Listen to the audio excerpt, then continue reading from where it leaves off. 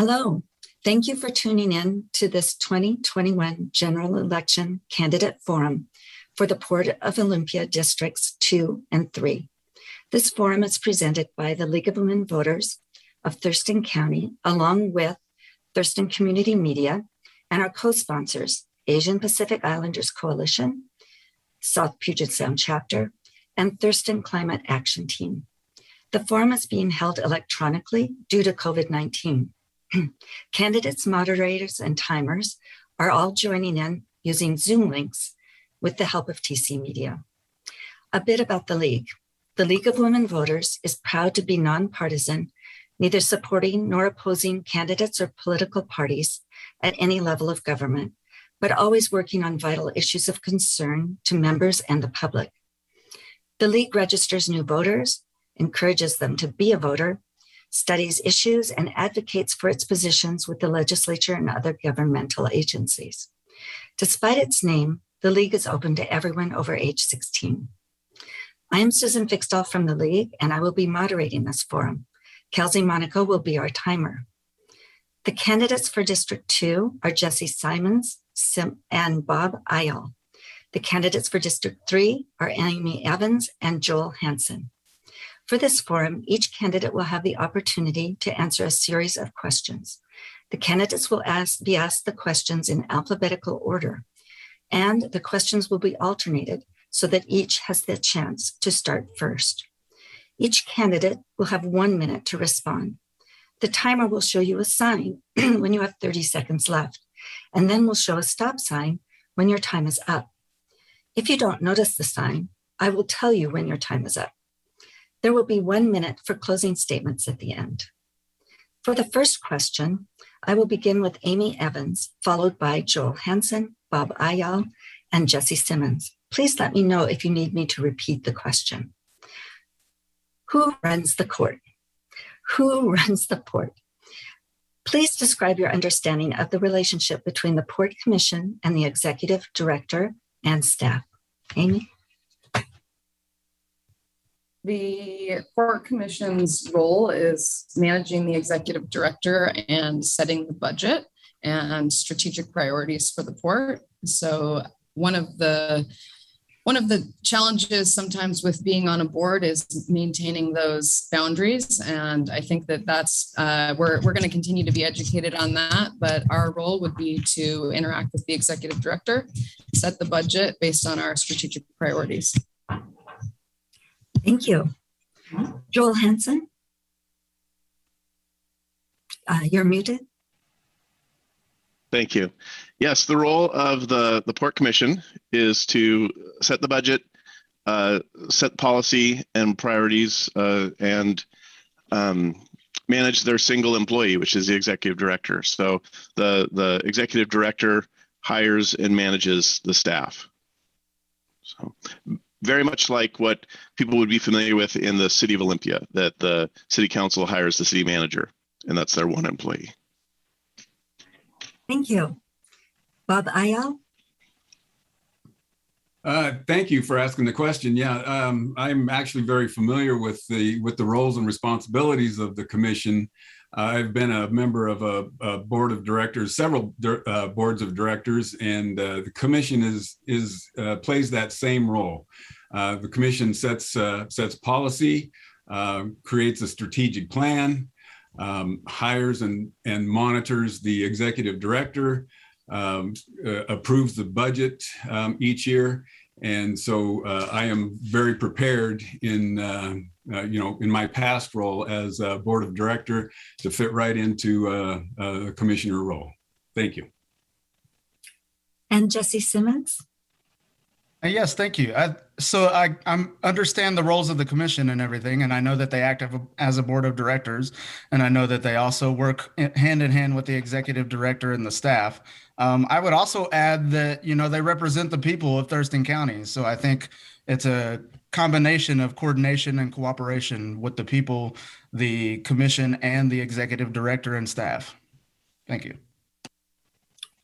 For the second question, I will be followed by Bob Iyall, Jessie Simmons, and Amy Evans. Over $6 million in property taxes are collected by the port. This money is to be used to benefit the people of Thurston County. How would you make the port less reliant on taxpayer subsidies while realizing positive operational earnings? Thank you.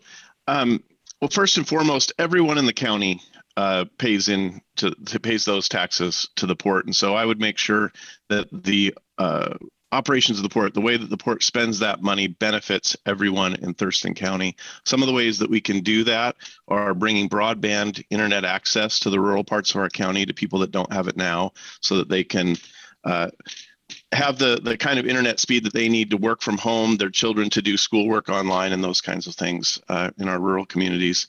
Some of the other ways that we could invest the taxpayer dollars to create jobs and to create economic benefit for everyone are to invest in the things that are outlined in the county's climate mitigation plan, building tune-ups for the built environment, increasing the energy efficiency of the port's built environment, and investing in clean energy operations. Those are things that would reduce expenses, and a reduction in expenses is just the same as a gain in revenue.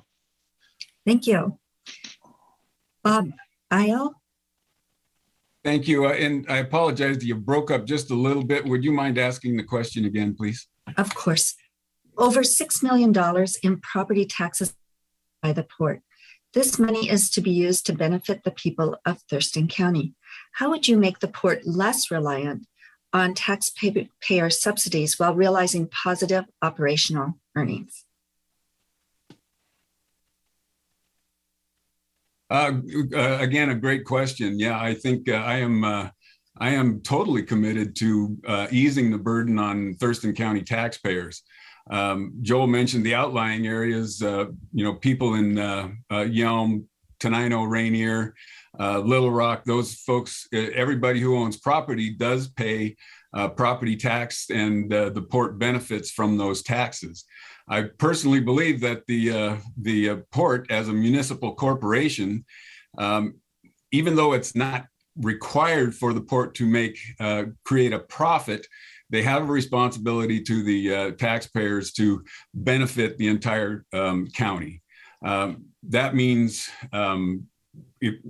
creating efficiencies within the operations, analyzing these operations, and making sure that they are working towards being profitable, each and every one of them, so that we can ease those burdens on the taxpayers. Thank you. Thank you. Jessie Simmons, would you like me to repeat the question? No, thank you. I think, the solution is not only in creating efficiencies at the port and how they operate and everything, but also going out and being proactive in finding a diversity in business for the places like the marine terminal and the airport and all of the assets that they operate. And so you do that and expand the tax base, and that thereby eases the burden on the taxpayers in Thurston County. Thank you. Amy Evans. I guess I would start with viewing the property tax as a subsidy. The ports were created back in the early 1900s to balance power because the railroads privately held a lot of land and it was too much control in the private sector. So the port was created as a public-private bridge and an economic driver. So a third of the budget coming from taxing authority allows us to do those public good and environmental stewardship projects. The other exciting part is that 2/3 of our revenue comes from the private sector. And so by utilizing our assets, leasing port land, and getting the economic driver on the private side going, we will continue to not have to raise that property tax as they've done for many years. There's not been an increase in that taxing authority being used. So I think that by utilizing the assets, we can do more good and continue to be that public-private bridge that balances power for all. Thank you. For the third question, I will begin with Bob Iyall, followed by Jessie Simmons, Amy Evans, and Joel Hansen. When considering potential economic projects and plans for the port, how much consideration do you think should be given to other issues such as societal or environmental problems?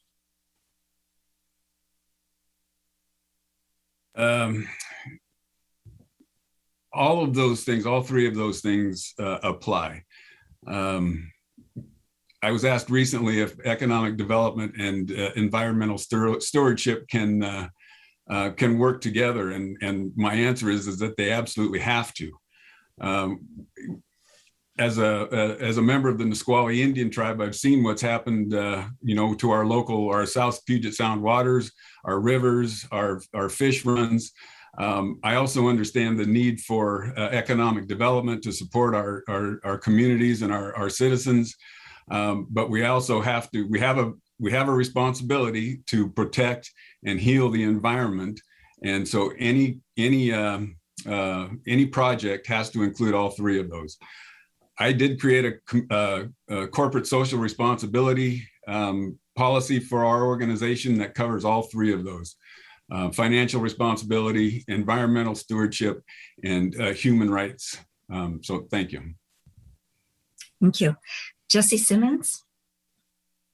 Yes, I would absolutely say that it has to include all three of those. And to further elaborate, I think we also have an example in Europe. UNESCO is implementing what's called historic urban development, and in the cities and at the ports. And yes, that's something that they specify, is that you have to integrate the environment, the local culture, the historic aspects of it. Like our port has the working waterfront with the longshore and everything like that. And so yes, you have to include all three of those things. Thank you.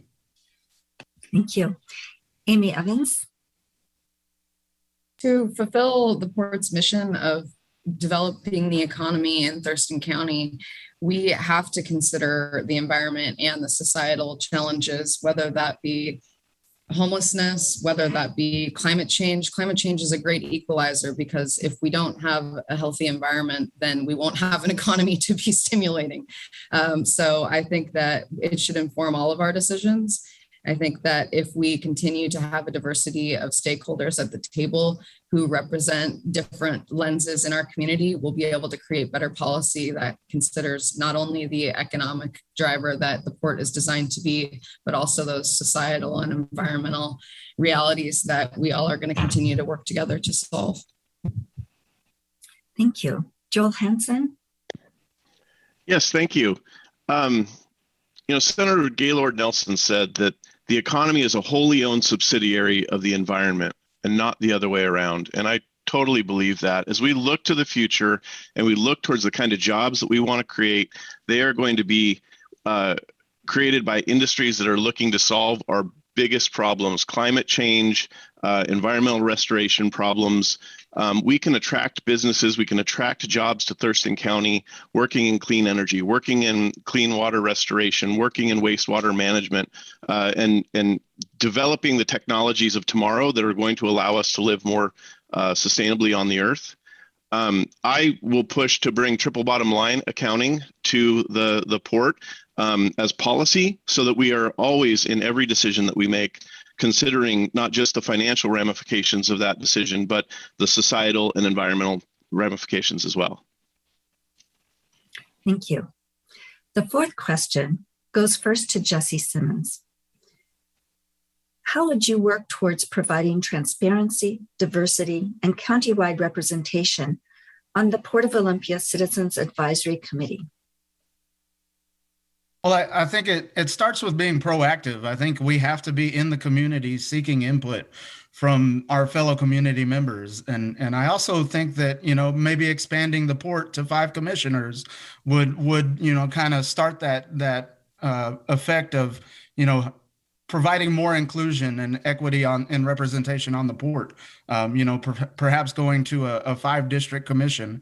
And I mean, most of all, like I say, it's about being proactive, being active in the community, going out, talking to different constituents throughout the community that you don't normally talk to. Maybe we hold, forums and everything, and let the people understand what's going on at the port at all times. Thank you. Thank you. Amy Evans? I think transparency comes from building trust with unlikely allies.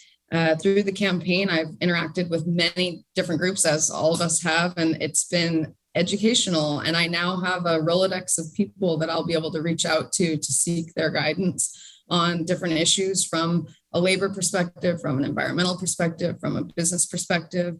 So I think building that list of stakeholders so that we can continue to be informed of the way that policy will impact different individuals and members of our community.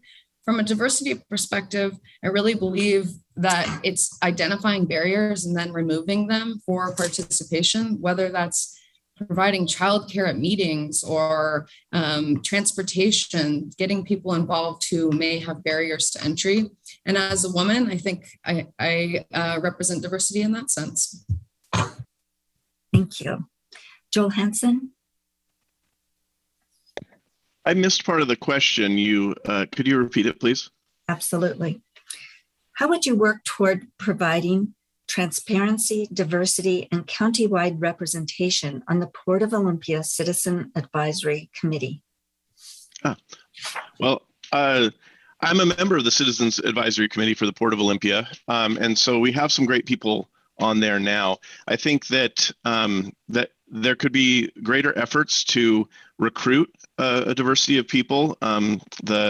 The announcement doesn't go far and wide when they're looking for new members, and the process it could be reviewed to make sure that we're looking to. We could establish in the policy that what we're looking for is a diversity of voices on the Citizens Advisory Committee, and I think that would go a long way. That's not laid out in the policy currently, and I think that the commission has the ability to set policy and can do that, can put that language in the policy, and I think that would have a big impact. Thank you. Bob Iyall? Yeah, thank you for the question. That's one of the things that I've been adamant about since I decided to join this race for Port Commissioner, and that is the outlying areas. Throughout my campaign and the people I've talked to, it's become quite clear that most of the people in Thurston County do not understand the role of the Port of Olympia, nor do they understand if they're getting any benefit from it at all. So Jessie mentioned expanding to a five-member commission. I think that's a great idea. There are 3 Native American tribes that live and work in Thurston County. There's outlying neighborhoods that need representation. They need a voice, and they need to be included when it comes to port operations and the benefits they provide. Thank you. Thank you. The 5th question goes first to Amy Evans. If the Capitol Lake Dam is removed, what are the implications for port operations? Well, I think the first thing is dredging and sediment disposal, given the contamination that currently exists. So maintaining that navigable channel that the Army Corps of Engineers is going to require of us is going to take collaboration. We're going to have to figure out how we're going to pay for dredging and sediment disposal. So I think that, again, bringing a diversity of people to the table and building trust, because there is a way that the dam can be removed and the estuary can be the powerhouse that it once was, and we can have a working waterfront and a navigable channel. And so addressing the dredging is going to be the most important component. Thank you. Joel Hansen? Yes, thank you. With the removal of the Fifth Avenue Dam will not just create sediment management issues, but also nutrient management issues.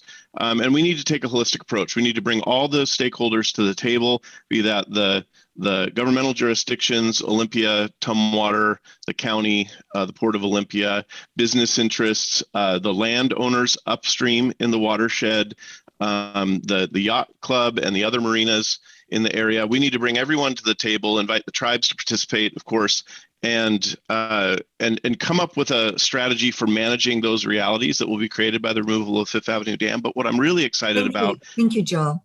Oh, sorry. Hope you can work that in later. And Jessie Simmons. Yeah.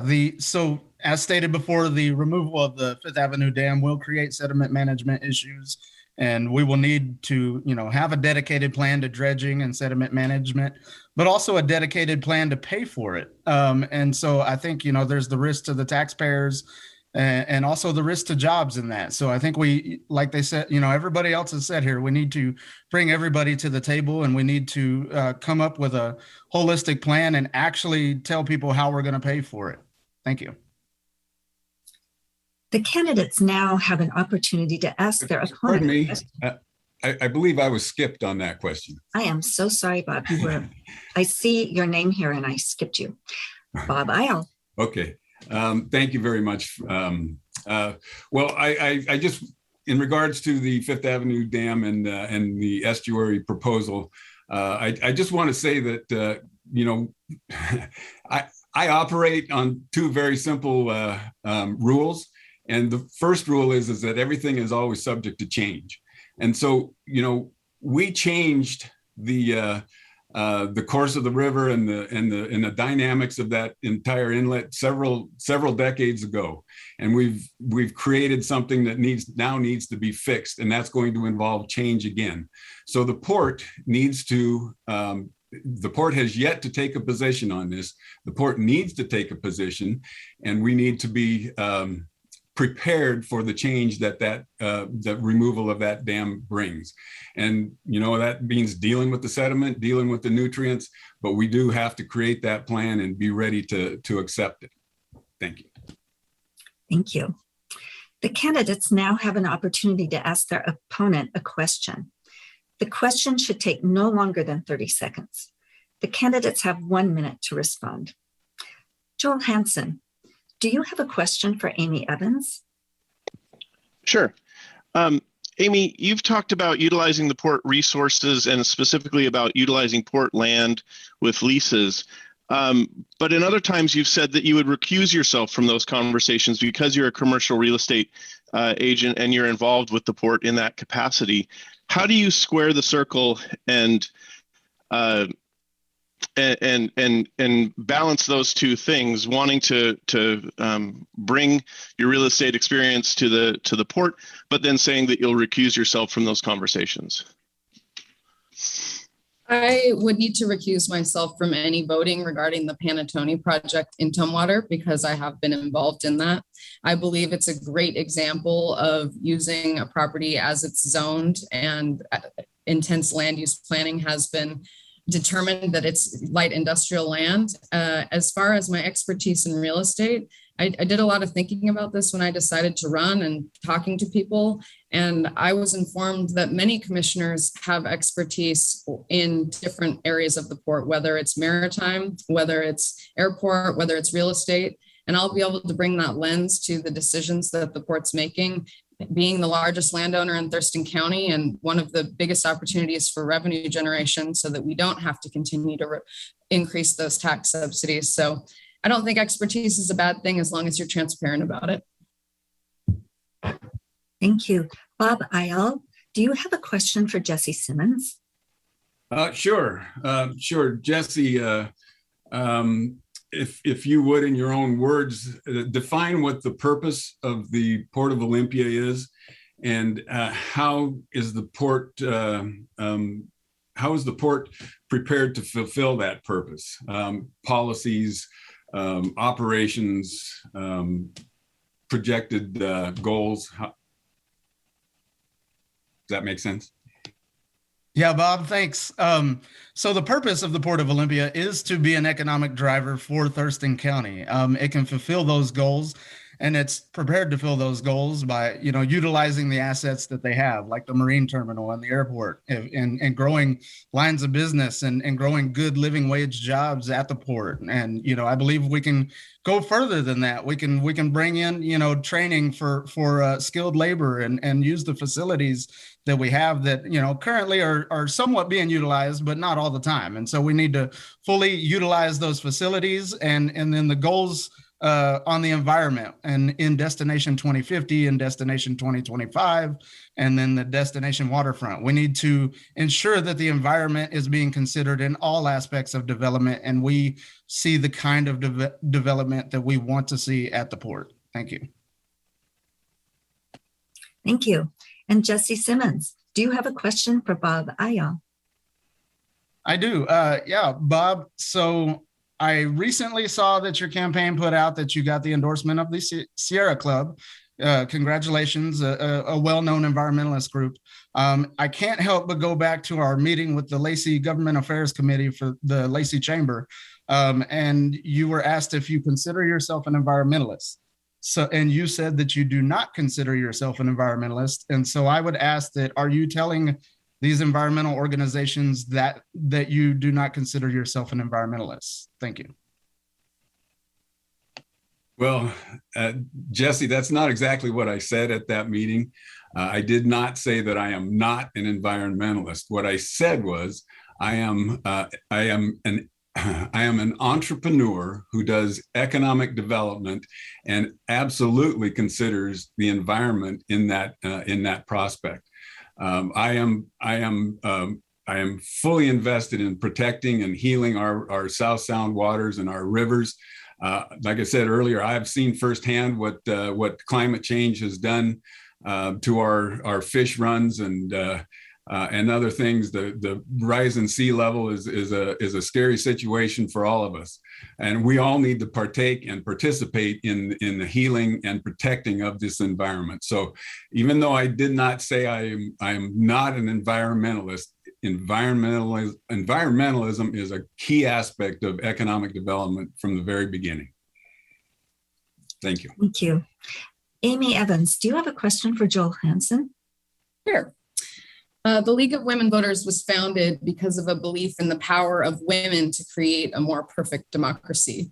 Campaigning, I learned that a lot of people feel that the Port Commissioners is a pretty homogenous group, and I've been reminded of the sexism that exists in all of us. How does electing you support the mission of empowering women to create a more perfect democracy?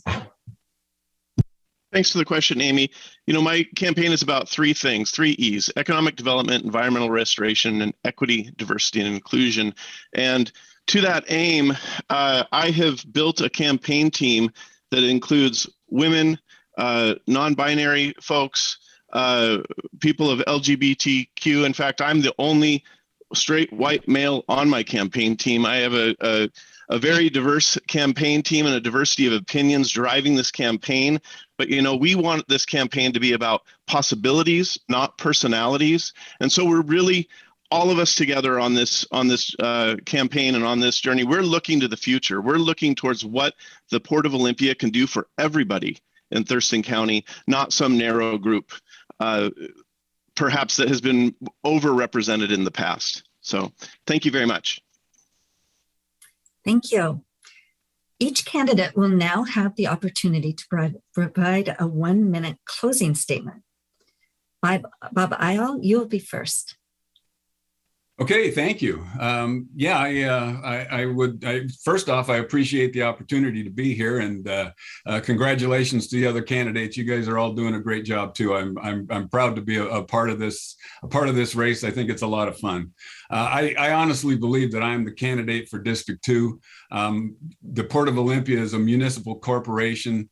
For the last 7 years, I've been a chief executive officer of a government corporation incorporated under the laws of the Nisqually Indian tribe. I have worked for the last 13 years in economic development to build a strong and sustainable economy for the Nisqually Indian tribe. We employ over 800 people at our organization. We have created that corporate social responsibility that we pledge to not only our fiduciary responsibility in finance, but to protect the environment and protect human rights. I have the experience, I have the qualifications, and I know the job. Thank you. Thank you. Jessie Simmons? Yeah, this may surprise people, but I believe I am the correct candidate for the port.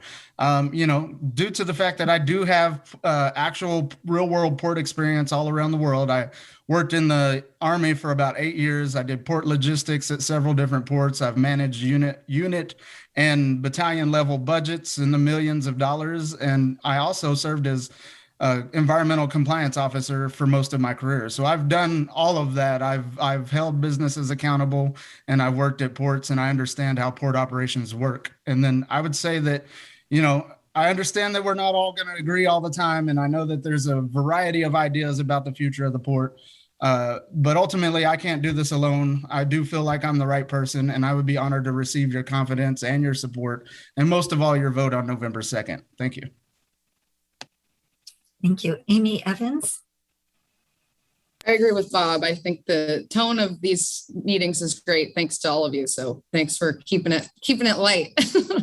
I have a hard time with campaigning sometimes because it can feel performative.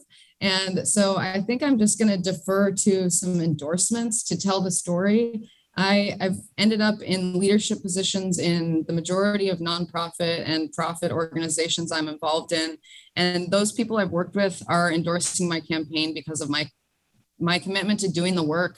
And so I've got the endorsements of the Teamsters, the Longshoremen, Tumwater Fire, Debbie Sullivan, Leetta Dahlhoff, Cheryl Selby, Ralph Monroe, Andy Ryder, J.W. Foster, looking at outerlying counties and representation. The Squaxin tribe has contributed to my campaign, looking at tribal treaty rights and bringing in a diversity of perspectives at the table. So we can all talk about the economy and the environment, but doing the work means bringing people together, and with collaboration, more is possible. Thank you. And Joel Hansen. Yes, thank you. I feel like my background and my experience really speaks to this position of the Port of Olympia. I have over 20 years of experience in finance and business development. I've built businesses in Thurston County and taken them out to the rest of the country and the rest of the world. I've been involved in local politics, serving on boards and commissions for the city of Olympia, the city of Tumwater, the Thurston Conservation District, and currently I'm on the Planning Commission in Tumwater and the Port of Olympia Citizens Advisory Committee. Thank you, and for the time. I look to this job. I think I can bring my experience in business development, my creativity, my entrepreneurship to bring good paying jobs to the county. And I'll rattle off a few of my endorsements. And I'm endorsed by a majority of the City of Tumwater Council, a majority of the City of Olympia Council, by all of our representatives and senators at the state level, including some former, by the Superintendent of Public Instruction, and you can look at my website for more endorsements. Thank you. Thank you, Amy Evans, Joel Hansen, Bob Iyall, and Jessie Simmons for participating in this forum. We thank TC Media for producing this program, and we thank our co-sponsors, APIC and TCAT. The forum will be available on TC Media channels and the League website as a YouTube video. We are also producing forums for City Council candidate positions that will be available through the League website. We are glad you have taken the opportunity to view this forum. We remind you to be a voter in the general election beginning October 15th and closing on November 2nd, 2021.